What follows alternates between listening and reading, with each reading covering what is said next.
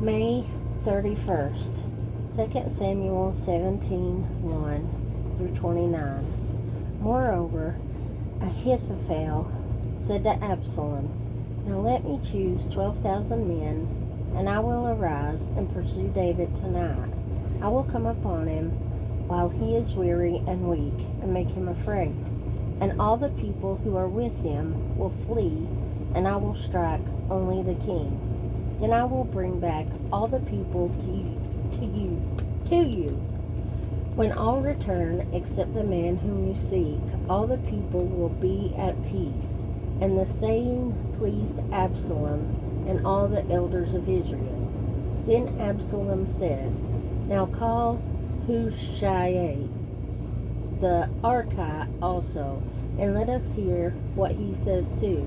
When Hushai came to Absalom, Absalom spoke to him, saying, "Ahithophel has spoken in this manner. Shall we do as he says? If not, speak up." So Hushai said to Absalom, "The advice that Ahithophel has given is not good at this time." For, said Hushai, "You know your father and his men, that they are mighty men, and they are enraged in their minds, like a bear robbed of her cubs in the field. And your father is a man of war, and will not camp with the people.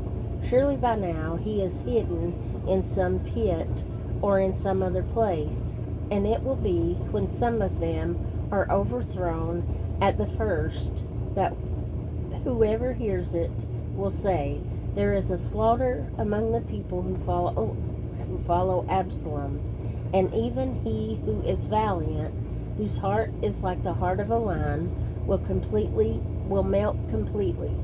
For all Israel knows that your father is a mighty man, and those who are with him are valiant men. Therefore I advise that all Israel be fully gathered to you, from Dan to Beersheba, like the sand that is by the sea for the multitude, that you go to battle in person. So we will come upon him in some place where he may be found, and we will fall on him as the dew falls on the ground. And of him and all the men who are with him there shall not be left so much as one. Moreover, if he has withdrawn into a city, then all Israel shall bring ropes to that city, and we will put it into the river until there is not one small stone found there." So Absalom and all the men of Israel said, "The advice of Hushai the Archite is better than the advice of Ahithophel." For the Lord had purposed to defeat the good advice of Ahithophel, to the intent that the Lord might bring disaster on Absalom. Then Hushai said to Zadok and Abiathar the priest, "Thus and so Ahithophel advised Absalom and the elders of Israel, and thus and so I have advised. Now therefore send quickly and tell David, saying, Do not spend this night in the plains of the wilderness, but speedily cross over, lest the king and all the people who are with him be swallowed up." Now Jonathan and Ahimaaz stayed in Rogel, for they dared not be seen coming into the city. So a female servant would come and tell them, and they would go and tell King David. Nevertheless, a lad saw them and told Absalom. But both of them went away quickly and came to tell a man's house in Bahurim, who had a well in his court, and they went down into it. Then the woman took and spread a covering over the well's mouth, and spread ground grain on it, and the thing was not known. And when Absalom's servant came to the woman at the house, they said, "Where are Ahimaaz and Jonathan?" So the woman said to them, They have gone over the water brook. And when they had searched and could not find them, they returned to Jerusalem. Now it came to pass, after they had departed, that they came up out of the well, and went and told King David, and said to David, Arise and cross over the water quickly, for thus has Ahithophel advised against you. So David and all the people who were with him arose and crossed over the Jordan. By morning light, not one of them was left who had not gone over the Jordan. Now when Ahithophel saw this, his advice was not followed. He saddled a donkey and arose and went home to his house, to his city. Then he put his household in order and hanged himself and died. And he was buried in his father's tomb. Then David went to Mahanaim, and Absalom crossed over the Jordan, he and all the men of Israel with him. And Absalom made Amasa captain of the army instead of Joab.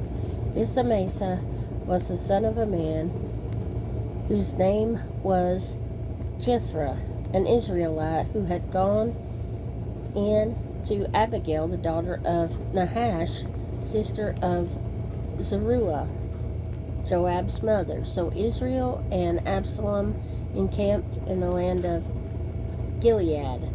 Now it happened when David had come to Mahanaim that Shobi, the son of Nahash, from Rabbah of the people of Ammon, Machir, the son of Amiel, from Lodabar, and Barzillai,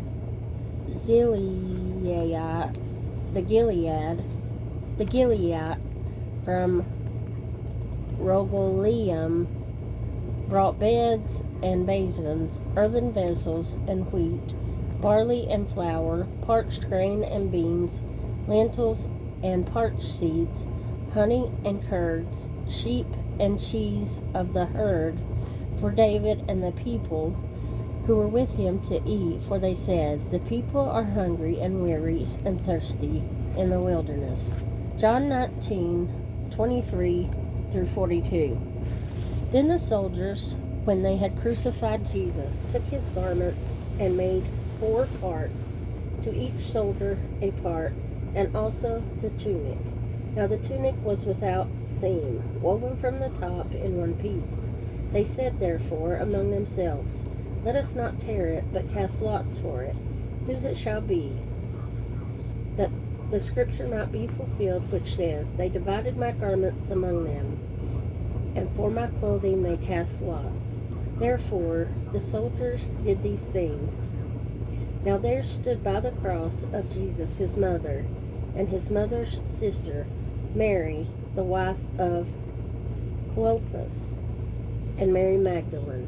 When Jesus therefore saw his mother and the disciple whom he loved standing by, he said to his mother, Woman, behold your son.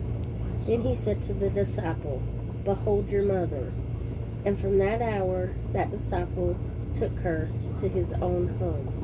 After this, Jesus, knowing that all things were now accomplished, that the scripture might be fulfilled, said, I thirst. Now a vessel full of sour wine was sitting there, and they filled a sponge with sour wine, put it on a hyssop, and put it to his mouth. So when Jesus had received the sour wine, he said, It is finished. And bowing his head, he gave up his spirit.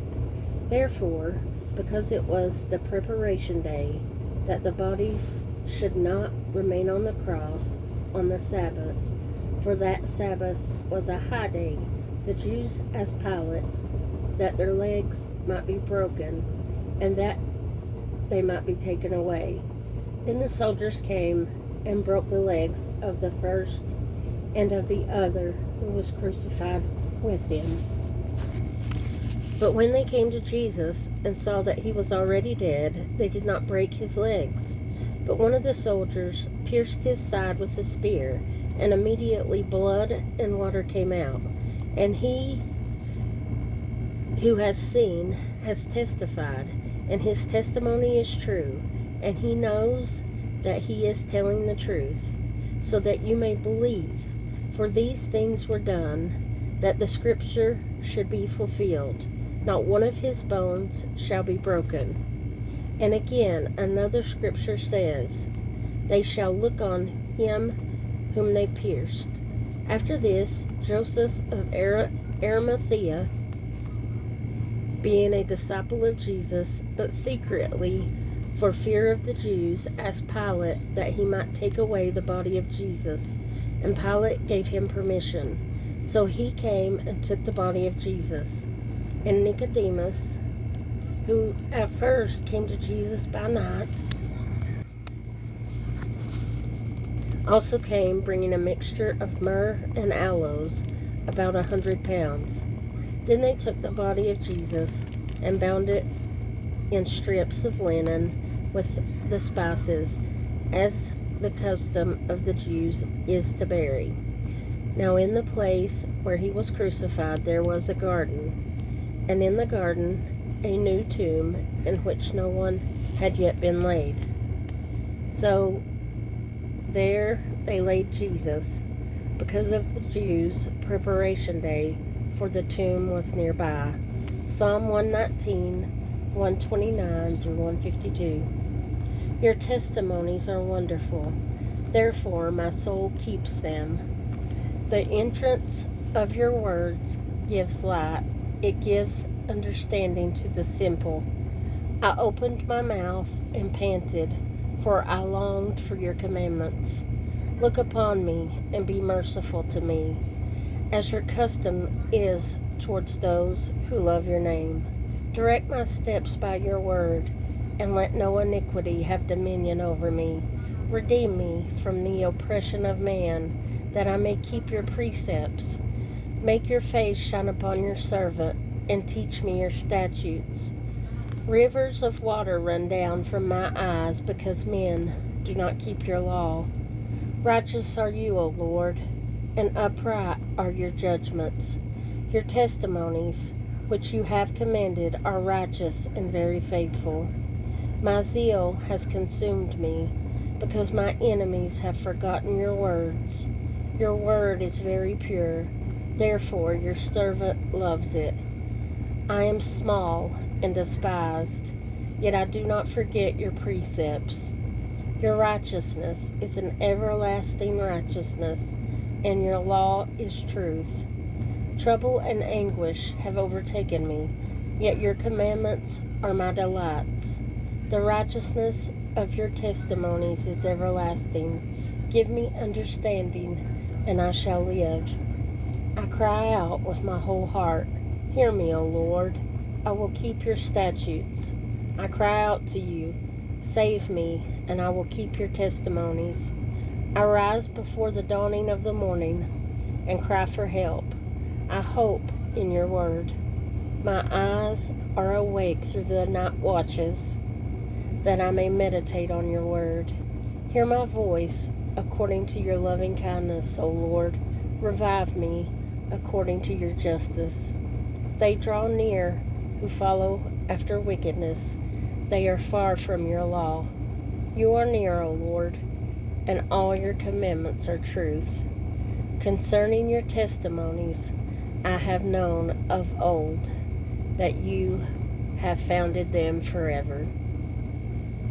Proverbs 16:12 and 13. It is an abomination for kings to commit wickedness, for a throne is established by righteousness. Righteous lips are the delight of kings, and they love him who speaks what is right.